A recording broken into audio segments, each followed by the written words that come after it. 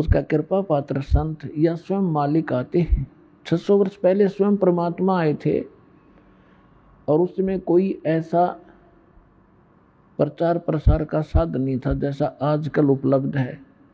आज तो कोई भी लल्लू पंजू जिसको मीडिया में टाइम मिल जाता है, टीवी के ऊपर बोलने का समय, वो 1,00,000-2,00,000 न मूर्ख बना ले, क्योंकि जिज्ञासु उसको संत जानकर उसके पीछे लग लेते हैं। और उसमें 64 लाख शेष परमात्मा के हुए थे। वो कोई ज्ञान से नहीं, ज्ञान तो परमात्मा ये वाणी बोलते ही थे जो आत्मा को खींचती है, लेकिन उनको सुख दिए थे। वो दुखी देख नहीं सकता अपनी प्यारी आत्माओं का, वो परमात्मा है, दयालु है। तो वो क्या बताते हैं, तो उसके लिए बताया है कि मासा घटे न तिल बधे, विद ना लिखे जो लेख, और सच्चा सतगुरु मेट कर ऊपर मारे मेघ। अब सच्चा सतगुरु कहा है गरीबदास जी ने कि जैसे गुरु, वैसे गुरु शब्द पर्याप्त है।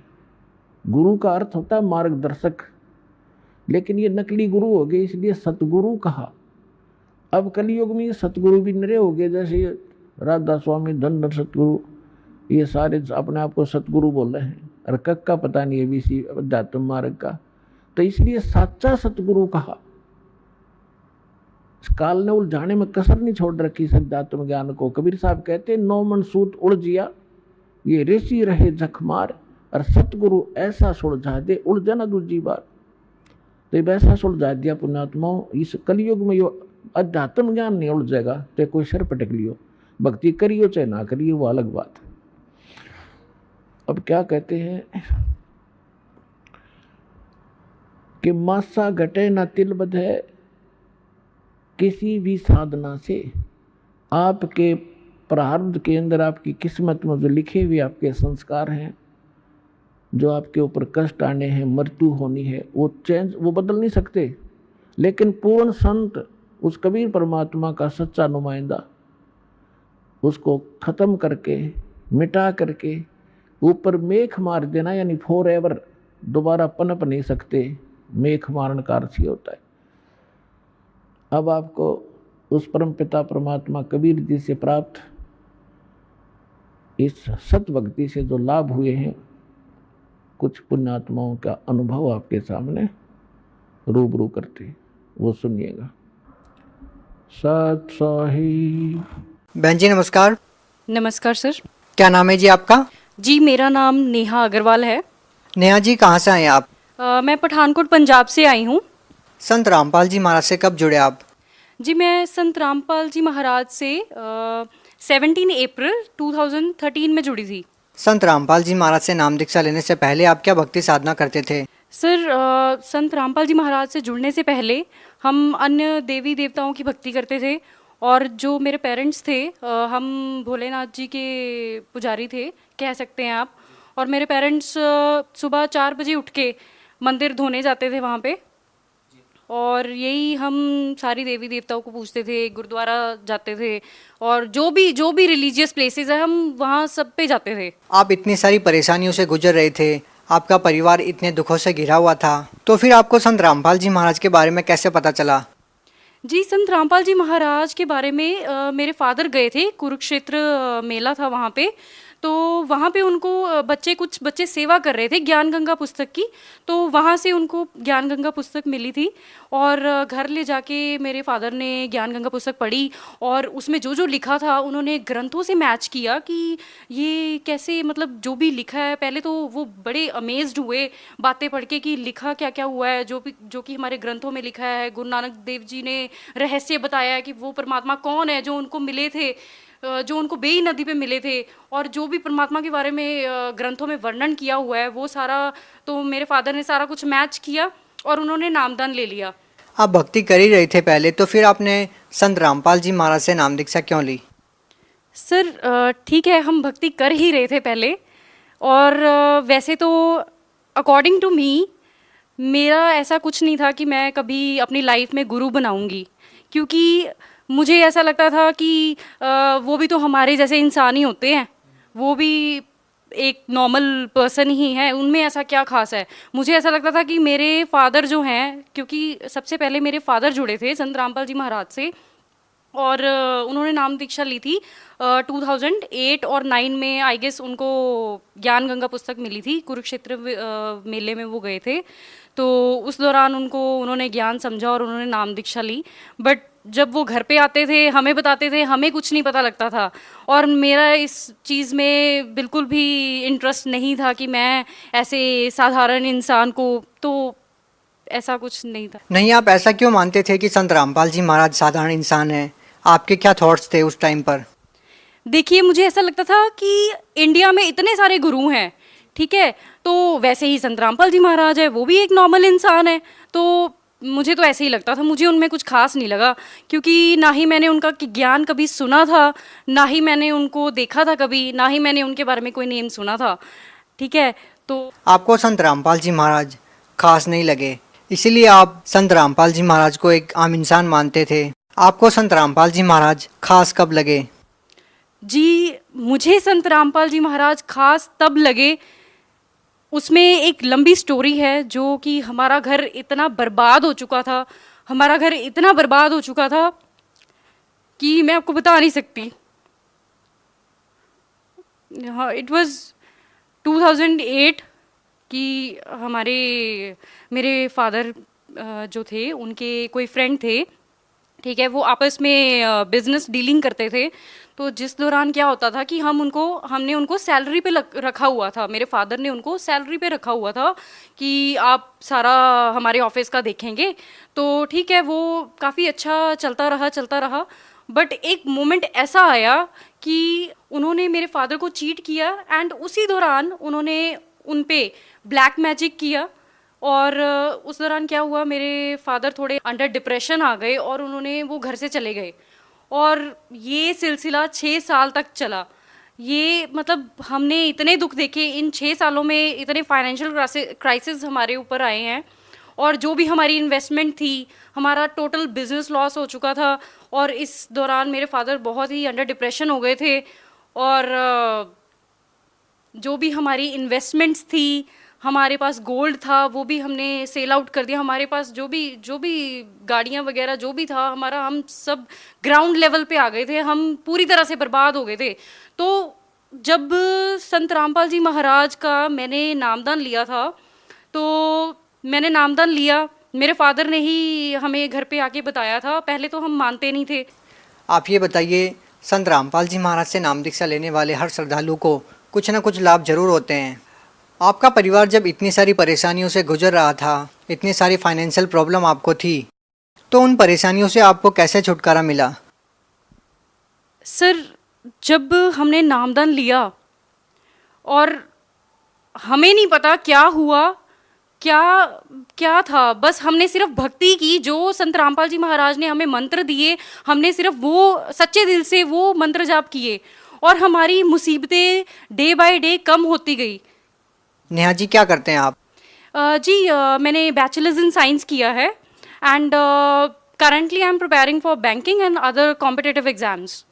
देखिए, आप एजुकेटेड हैं, क्या आप मानते हैं कि आज के इस आधुनिक युग में, कंप्यूटर के युग में, क्या इस ज़माने में आप विश्वास करेंगे इन बातों पे कि किसी संत के आशीर्वाद देने से या किसी संत की किताब पढ़ने से कोई बीमारी दूर हो सकती है या कोई नशा छोड़ सकता है?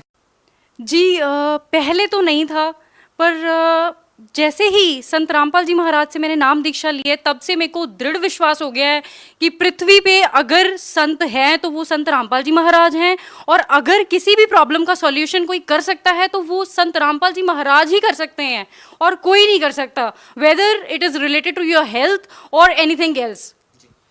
नेहा जी, यदि संख्या के आधार पर किसी संत की पहचान हो तो शायद हिंदुस्तान में ऐसे बहुत सारे संत हैं जिनके लाखों की संख्या में फॉलोअर्स हैं। आप संत रामपाल जी महाराज को कहाँ पाते हैं?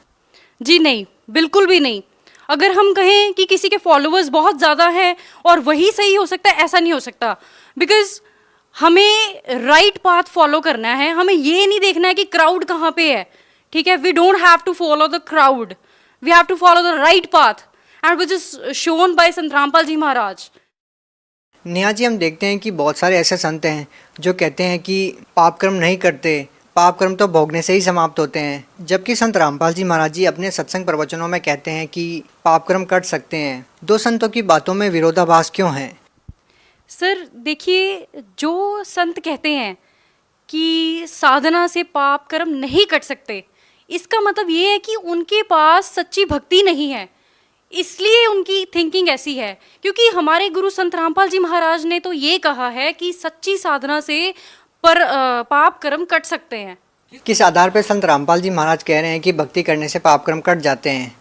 सर संत रामपाल जी महाराज ने वेद और शास्त्र खोल खोल के दिखा रहे हैं वो सबको। गीता, कुरान, बाइबल, गुरु ग्रंथ साहिब सब में प्रमाण दे रहे हैं कि वो परमात्मा कौन है जिसने 6 दिन में सृष्टि रची और 7वें दिन जाके तख्त पे जा विराजे। मेरा प्रश्न इन धर्मगुरुओं से ये है, नकली धर्मगुरुओं से ये है कि वो कहते थे कि आपके पाप कर्म है, ये जो आपको दुख है ये आपके पाप कर्म है जो आपने किए हैं, ये तो कभी कट ही नहीं सकते। तो अब संत रामपाल जी महाराज से जब से मैंने नाम दीक्षा ली है तब कैसे कट गए, बताइए मुझे कैसे कट गए। मेरा मानना ये है कि अगर हम शास्त्र अनुसार भक्ति करेंगे तो हमारे सारे पाप कर्म कट सकते हैं। आप भगत समाज को क्या संदेश देना चाहते हैं? जी, मैं भगत समाज को यही संदेश देना चाहती हूँ कि आप संत रामपाल जी महाराज के ज्ञान को समझें, उनको एक बार सुनिए ज़रूर, उनका सत्संग ज़रूर सुनिए। अगर आप नेगेटिव वे से भी देखना चाहते तो देखिए ज़रूर, वेदर इट्स पॉजिटिव और नेगेटिव, वो आपका अपना डिसीजन होगा कि आपको वो सही लगते हैं वो गलत लगते हैं। आप देखो तो सही एक बार कि वो कह क्या रहे हैं, what he is trying to convey the message. अच्छा, हम आपसे ये जानना चाहते हैं कि संत रामपाल जी महाराज से नाम दीक्षा लेने से आपको क्या क्या लाभ मिले, क्या क्या अनुभव हुए? जी, सबसे बड़ा लाभ संत रामपाल जी महाराज से नाम दीक्षा लेने के बाद तो हमारा ये था कि हमारा घर जो नरक बन गया था वो पूरी तरह से संत रामपाल जी महाराज ने स्वर्ग बना दिया है। आज की डेट में हमारे घर में पूरी शांति है, हर तरीके के लाभ परमात्मा ने हमें दिए हैं, वेदर इट इज़ इकोनॉमिकली और हेल्थ इश्यूज़ हो, कोई भी हो। जो मेरे ब्रदर थे वो काफ़ी ड्रिंक वगैरह करते थे और नशा भी करते थे थोड़ा बहुत, और वो भी परमात्मा की दया से उन्होंने छोड़ दिया है। जो श्रद्धालु संत रामपाल जी महाराज से नाम दीक्षा लेना चाहते हैं वो उनसे नाम दीक्षा कैसे ले सकते हैं? जी, जैसे कि साधना चैनल पे जो सत्संग आ रहा है इसके नीचे एक पीली पट्टी आ रही है, इसके ऊपर फ़ोन नंबर्स दिए गए हैं एंड आप ज्ञान गंगा बुक ऑर्डर कर सकते हो और जीने की राह ऑर्डर कर सकते हो। आप पहले उस पुस्तक को पढ़िए, ज्ञान समझिए संत रामपाल जी महाराज कहना क्या चाह रहे हैं तो फिर आप उसके बाद सब कुछ सोच समझ के संत रामपाल जी महाराज की शरण में आइए और अपने दुखों का निवारण करिए। जी धन्यवाद। अभी आपने परमात्मा से प्राप्त राहत उन श्रद्धालुओं के मुख कमल से सुनी। पुण्यात्माओं, आप अभी अध्यात्म मार्ग के अंदर बिल्कुल बच्चे हो, जिसमें आप इस ज्ञान से परिपूर्ण हो जाओगे उसमें आपको जो भी आप कोठी, बंगले, कार, बैंक बैलेंस और यहाँ की जो संपत्ति एकत्रित करने में जो समय व्यर्थ करते हो, ये ऐसा लगेगा जैसे बालक, छोटे छोटे बच्चे खिलौनों से खेला करते हैं। जिस प्रकार परमात्मा अपनी वाणी में कहते हैं, होले सुहागण सुरता त्यारे, मालिक घर जाना है हेतु तो। होले सुहागण सुरता त्यारे, मालिक घर जाना है। नाले धोले ओढ़ पैर लेकर 16 सिंगार, नाले धोले ओढ़ पैर लेकर 16 सिंगार। आज नहीं तय तड़के परसों आवेंगे तेरे लड़ियारे, मालिक घर जाना है हेतु तो। होले सुहागण सुरता त्यारे, मालिक घर जाना है। तेरे साथ किए कितनी जाली तू क्यों लारी वार, तेरे साथ की कितनी जाली तू क्यों लारी वार। ये गुड़िया खेलत जन्म गंवाया, लाया है नहीं बेचारे, मालिक घर जाना है तू तो होले सुहागन सुरता त्यारे, मालिक घर जाना है तू तो होले सुहागन सुरता त्यारे। सतगुरु हमारे बानिया है करते बनज व्यवहार, सतगुरु हमारे बानिया है करते बनज व्यवहार। बिन डांडी बिन पालड़े है तोले दिया संसारे, मालिक घर जाना है तू तो होले सुहागन सुरता त्यारे, मालिक घर जाना है। अब परमात्मा आत्मा को जगा रहे हैं कि सुहागन आत्मा वो होती है जिसका विवाह हो जाता है, नाता जुड़ जाता है, जिसकी सगाई हो जाती है, मंगनी हो जाती है, और जिनका रिश्ता हो जाता है, मंगनी हो जाती है, सगाई हो जाती है, वही अपने पति के घर जाती है। और जब तक लड़की कुंवारी है वो पति के घर नहीं जा सकती। तो कहने का भाव ये है कि जिनको उपदेश प्राप्त हो गया है वो सुहागन आत्मा होगी, परमात्मा से जुड़ गए वो।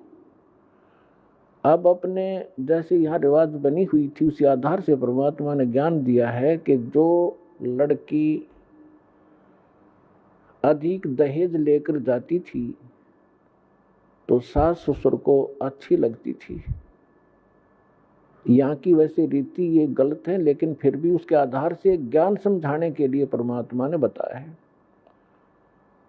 तो इसी प्रकार परमात्मा कहते हैं कि नाले धोले ओढ़ पैर लेकर 16 श्रृंगार, और दुल्हन को अच्छी तरह श्रृंगार कर भेजा करते थे, हर तरह से उसको आभूषण पहनाते थे ताकि उसकी छवि कुछ निखर जाए। तो परमात्मा कहते हैं आत्मा के जो गहने हैं, आभूषण हैं, ये वो नहीं है जो यहाँ के बनावटी होते हैं। शील, संतोष, विवेक, अक्षमा, दया, सुमरण, भक्ति, दान, साधु सेवा, विनम्रता, ये गहने होते हैं सब एक आत्मा के। कहते हैं ये सभी आभूषण ग्रहण कर,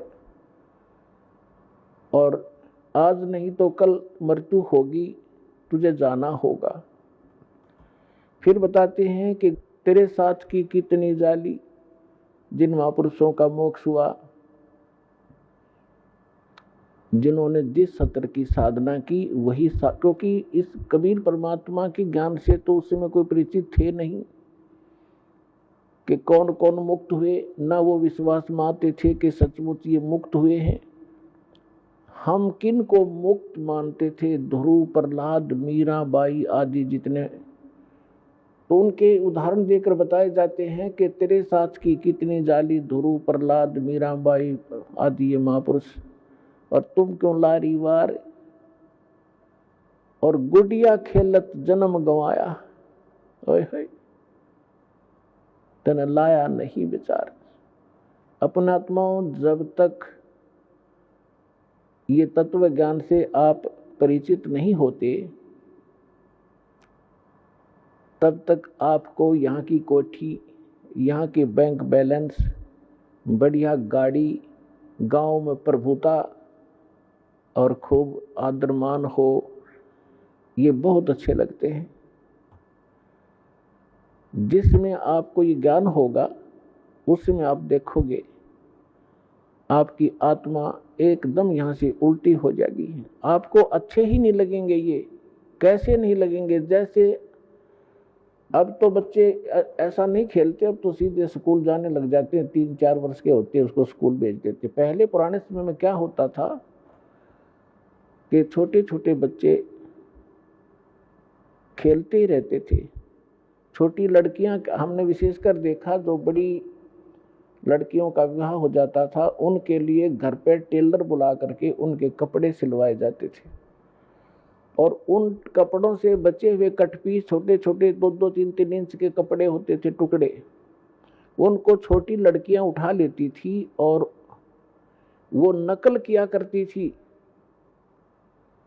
क्या नकल करती थी कि जैसे पहले क्या करते थे, हमने देखा, हमारे विशेषकर ये रीति थी कि लड़की जब अपनी ससुराल जाती थी उससे पहले उसका दुस्सरचार करते थे, दहेज। उसमें कहते थे 30 कपड़े, सूट, तिल बोला करते, आगे वालों की, यानी आगे ससुराल वालों में किसी सासू की, नंद की, पीतस की, तायस की, दादस की, ऐसे, और फिर वो आगे वालों की, और 20 लड़की की, वो अलग अलग कपड़े रखे जाते थे। तो वो लड़की छोटी सी क्या करती थी, उन छोटे छोटे टुकड़ों को इकट्ठा करके और ऐसे ही अलग अलग रख लेती थी कि ये 30 आगे वालों की, ससुराल वालियां की, और ये 30, अरे गुड्डा बनाती है, गुड़िया बनाती, उनका ब्याह करती, उनके साथ खेला करती थी। और उस जो उसने रखे हुए थे ना छोटे छोटे जितने टुकड़े, जिनको वो सूट मान कर रखे हुए थी, उनमें से कोई दूसरी बहन या भाई निकाल लेता एक दो उस टुकड़े को, तो इतना बुरी तरह रोया करती, पैर पीटा करती, हाय मेरी तिल उठा ली, मेरा